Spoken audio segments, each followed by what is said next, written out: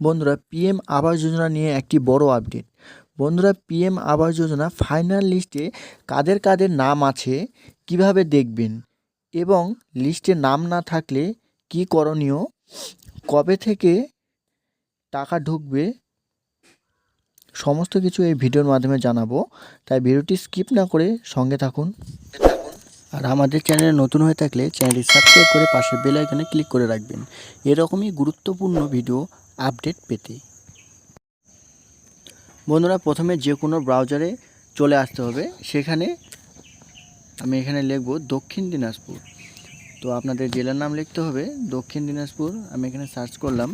তো এখান থেকে লিস্ট থেকে নামটা কিভাবে দেখবেন, ফাইনাল লিস্টের নাম আপনার আছে কি না। তো এখানে দেখুন প্রথমেই কিন্তু নোটিশটা এখানে দেওয়া আছে। তো এখানে ক্লিক করতে হবে।